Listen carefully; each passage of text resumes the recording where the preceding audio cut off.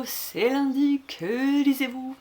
Je vais vous parler de mes 1, 2, 3 et demi, 3 et demi lectures de cette semaine, plus mon livre en cours. Je vous ai laissé la dernière fois avec La mémoire fantôme de Franck Tillier, que j'attaquais à peine, et je me suis tout simplement régalée. Pour l'instant, Franck Tillier et moi, c'est bonne pioche à chaque fois. J'étais particulièrement contente de retrouver le personnage du lieutenant Lucie N. Bell. En plus de ça, dans ce volume-là, on apprend le pourquoi du comment de la boîte chez elle. Pour ceux qui ont lu La Chambre des Morts, je pense que ça vous rappellera quelque chose.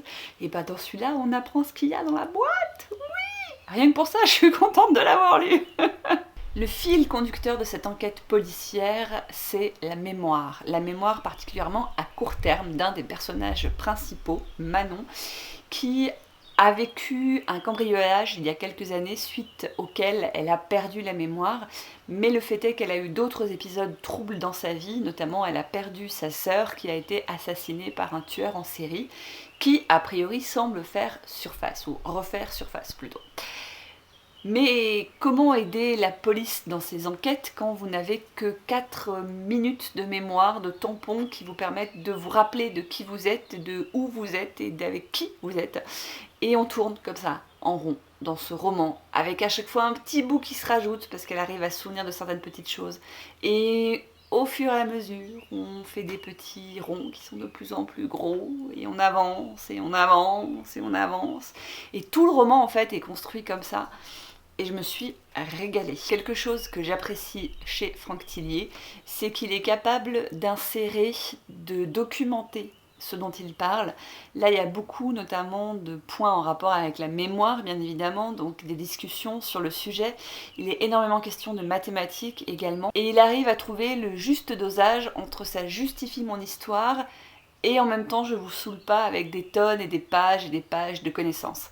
C'est assez subtil parce que des fois, pour réussir à étoffer votre histoire, vous allez donner trop d'informations et vous perdez votre lecteur. Et bien Franck Tillier, il arrive à surfer sur cette vague de je te file de l'info, je te fais apprendre des trucs, et ça aussi c'est hyper intéressant. Et en même temps, pas trop, pour que ce qui reste important, c'est l'histoire. Donc je continue Franck Tillier sans hésiter. Un plus ou moins abandon, c'est Jacques Salomé, Conte à aimer, Conte à s'aimer. C'est une copine qui me l'a offert il n'y a pas très très longtemps. Elle ne pouvait pas deviner que j'avais déjà lu du Jacques Salomé et que j'accrochais pas trop avec son style d'écriture, on va dire. Mais encore une fois, malheureusement, ça ne le fait pas. Alors Jacques Salomé est on peut dire un personnage, est une personne très influente dans le milieu de la psychologie et du développement. Je pense que c'est un homme qui est passionnant à écouter, mais à l'écrit, moi j'y arrive pas.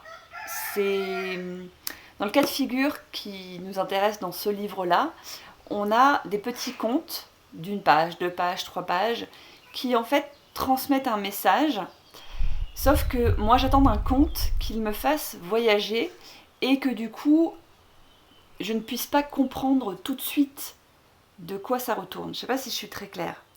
Il y a une trame spécifique au conte par rapport à l'objectif, par rapport au sauveur, à l'héros ou à l'héroïne, par rapport au méchant, avec des étapes, etc. Et ça, on ne le retrouve pas forcément. Il se sert plutôt du conte dans le sens que plutôt que de dire un homme, une femme ou papa, maman, je vais parler avec des animaux, par exemple, pour cacher un peu mon propos. Mais c'est tellement flagrant que ça prend pas. Je sais pas trop comment l'expliquer. J'en ai lu plusieurs. Il y en a 2 ou 3 qui m'ont intéressée parce que le sujet me parle. Mais globalement, je n'accroche pas avec la façon dont il écrit. Et je crois qu'il n'y a rien à faire, malheureusement. Donc je vais peut-être le garder encore quelques temps pour voir si je continue, mais j'ai un doute. Un livre génialissime, hyper intéressant, décomplexant, documentant. Non. La revanche des nuls en orthographe de Anne-Marie Guignard. Alors, pourquoi j'ai lu ce livre ? Eh bien tout simplement parce que je fais partie de ces personnes qui sont plutôt à l'aise avec l'orthographe, avec la langue française, avec la grammaire, la syntaxe, tout ce que vous voulez. Je me rends compte que mon niveau baisse au fur et à mesure que je me prends à écrire comme les autres, sur les réseaux sociaux, par SMS, etc. Et ça m'affole un peu, parce que j'ai l'impression de me niveler par le bas, et je déteste ça.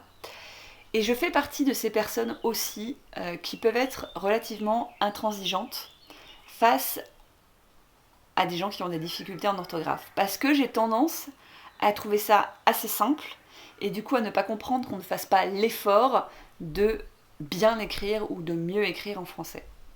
Je parle là d'une façon générale. J'entends bien qu'il y a des exceptions. J'entends bien que pour les personnes pour qui ce n'est pas la langue maternelle, c'est encore plus compliqué. J'entends bien qu'il existe des vraies maladies, et c'est dont on parle dans ce livre-là. Mais le fait est qu'au quotidien, je peux être assez maladroite par rapport à ça. Et j'avais envie d'essayer de comprendre un petit peu ce qui se passe vraiment pour les personnes qui ne maîtrisent pas la langue française, qui ne maîtrisent pas l'orthographe. Qu'est-ce qui se joue pour elles, qu'est-ce qui fait que c'est compliqué alors que moi ça m'apparaît tellement simple. Et ce livre est une vraie pépite parce que Anne-Marie Guignard parle de sa propre histoire, des réflexions qu'elle a pu entendre toute petite qui l'ont immédiatement cataloguée dans la catégorie des personnes qui ne savent pas écrire, qui ne savent pas lire, qui auront des difficultés toute leur vie, qui a été cataloguée à 9 ans dyslexique pour se rendre compte des années plus tard qu'elle n'est pas dyslexique mais dysorthographique. Et je vais tordre le cou à mon oie, et à mon coq, et à ma poule, et à tout le monde.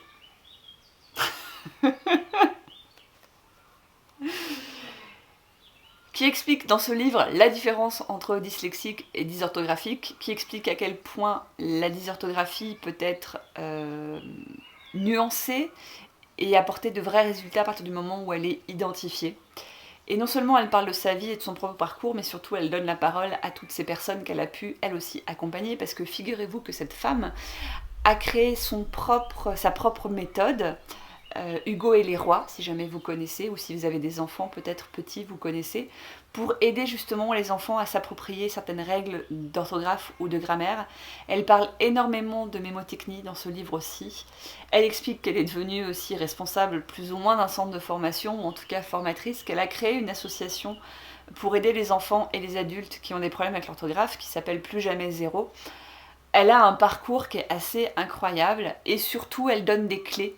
Elle explique, voilà, si votre enfant à l'heure actuelle traverse ça ou ça, il est possible qu'il ne soit pas dyslexique, mais bien dysorthographique.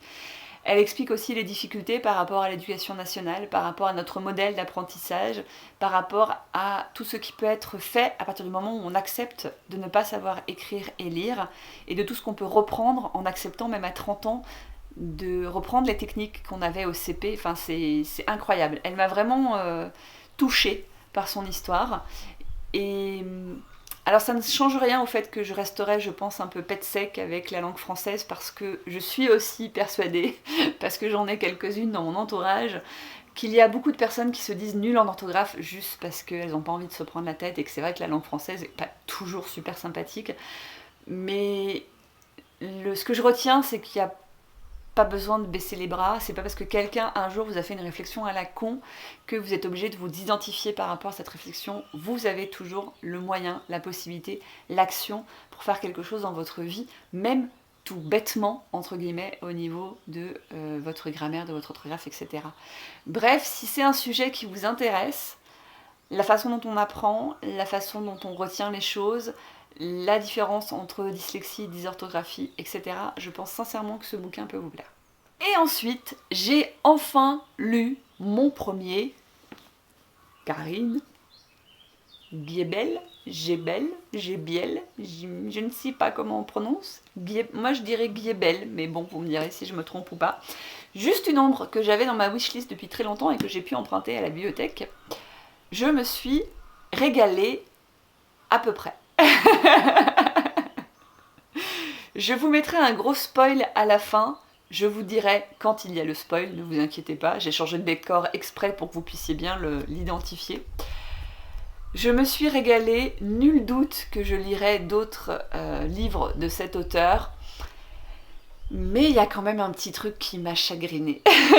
Noé est une jeune femme qui a autour, je crois, de 35 ans, si je ne me trompe pas, qui a tout pour réussir, qui a les dents vraiment longues, qui travaille dans un bureau en tant que directrice de publicité ou de communication, qui a bon espoir de devenir directrice générale de cette boîte de com, qui a un petit chéri qui est absolument magnifique, qui est à 2 doigts de tomber, elle en est sûre, fou amoureux d'elle. Elle a une meilleure amie qui lui sert principalement de faire valoir. Bref, elle a tout pour être détestable. Et croyez-moi, vous allez réussir à la détester. Un jour, en sortant de soirée, elle est suivie par un homme, a priori, très grand, habillé tout en noir, une espèce d'ombre qu'elle n'arrive pas à identifier. Et à partir de là, le cauchemar commence. Parce que jour après jour, elle est poursuivie par cette ombre. Il y a des objets dans sa maison qui changent de place. Il la retrouve alors qu'elle ne dit à personne où elle va. Et personne ne la croit. Personne ne la croit parce qu'il n'y a aucune trace, il n'y a aucune preuve, il n'y a aucune empreinte. C'est sa parole contre celle de ses amis, qui petit à petit imaginent qu'elle est bien trop stressée, qu'elle est bien trop fatiguée, qu'elle se fait bien trop de plans parce qu'elle adore être mise en avant, et que peut-être que Chloé, elle invente tout ça. Le livre est magistral parce que vous-même, vous posez la question de savoir si il existe réellement quelqu'un ou pas, ou si c'est pas juste une ombre, et si c'est pas même presque métaphorique, et peut-être qu'en fait c'est un tel ou un tel, à moins que ce soit un tel. On est à 2 doigts du livre qui peut sembler un peu long par moment, mais Karine Guébel a une façon d'approfondir ses personnages qui est géniale. C'est étoffé, on est dans du 500 pages qui vaut du 500 pages. L'ambiance est là, l'atmosphère se met en place, l'environnement s'étoffe petit à petit.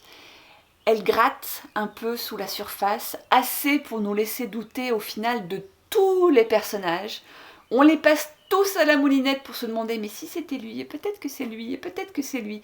Je trouve que c'est extrêmement bien fait, j'ai adoré. Mais vraiment, j'ai passé un très bon moment. Je vous dis, mis à part 1 ou 2 pages, au début, surtout on va dire dans les 200 premières pages, où j'ai envie de lui dire vas-y, active un peu le truc, fais qu'il se passe un petit truc un peu plus concret, parce que là t'es en train de me perdre quoi. Mais mis à part ça, vraiment génial. Pourquoi un petit bémol? Et j'enlève le livre. Pourquoi un petit bémol? Parce que j'ai pas aimé le personnage qu'elle a choisi. Voilà, c'est tout. J'aurais aimé que ce soit quelqu'un d'autre, mais ça, vous pouvez pas y faire grand chose. Et malgré tout, même si j'ai pas aimé le personnage qu'elle a choisi, le pourquoi du comment, je trouve qu'elle l'a amené de façon où, en dehors de mon goût, c'est extrêmement bien amené. Par contre, et c'est maintenant que je fais un spoil, je vais changer le décor, je suis sous un autre fond, il n'y a pas les livres au-dessus de moi, et tant qu'il y a cet autre fond et que vous ne voyez pas les livres au-dessus de moi, si vous n'avez pas lu ce livre, enlevez le son, parce que sinon vous allez vous spoiler la fin. C'est parti! Mais pourquoi? Pourquoi ce besoin irrépréhensible de faire des fins ouvertes, avec de l'espoir, avec une petite note de positif? Pourquoi? Pourquoi vous êtes méchant? Ou plutôt pourquoi vous êtes gentil? Ce livre avait une fin absolument horrible. Tout le monde y meurt, tout le monde il est mutilé, tout le monde il est détruit en petits morceaux psychologiquement, c'est magnifique. C'est parfait. Pour une fois on a un truc qui est noir du début à la fin. Mais non, il faut que l'auteur y rajoute une petite page et demie avec un petit espoir, un petit soleil, un petit... Peut-être que le vilain il sera attrapé un jour, on sait pas. Mais pourquoi? Voilà pourquoi, je vous en dirai pas plus, mais si vous avez regardé le spoil, vous comprendrez. Mais ça m'avait fait le même effet avec d'autres livres déjà, je crois que j'ai un peu un problème avec certaines fins. Ma lecture du moment. Journal d'une survivante de Eva Schloss, qui est la demi-sœur d'Anne Frank, qui s'appuie peut-être là-dessus pour écrire son livre, je ne sais pas. Je suis pas sûre de le continuer. Et je me bats avec mon lapin aussi pour faire cette vidéo, j'en peux plus de tous ces animaux, ils sont survoltés aujourd'hui. Je suis pas sûre de le continuer, parce que peut-être que c'est pas ce que j'ai envie de lire en ce moment, déjà. Parce que peut-être que j'ai lu de très bons livres sur cette thématique, si je puis dire, avec des gros guillemets, notamment le journal d'Anne Frank, bien évidemment, mais aussi Si j'étais un homme de Primo Levi qui m'avait énormément marqué. Là, on est plutôt, j'ai l'impression, sur un ouvrage qui correspond à un témoignage qui peut-être a été oral au départ. Vous savez, sous forme de discours, pendant des, pas des réunions, mais des conférences d'information pour la mémoire, pour ne pas oublier, etc. Ce que je trouve assez formidable et qui est juste hyper important. Mais là, avec les premières pages que j'ai lues, il y a quelque chose au niveau de l'écriture qui me dérange parce que j'y retrouve cette oralité qui me fait penser que elle a peut-être retranscrit ce qu'elle avait l'habitude de dire et ça ne me convient pas. Voilà.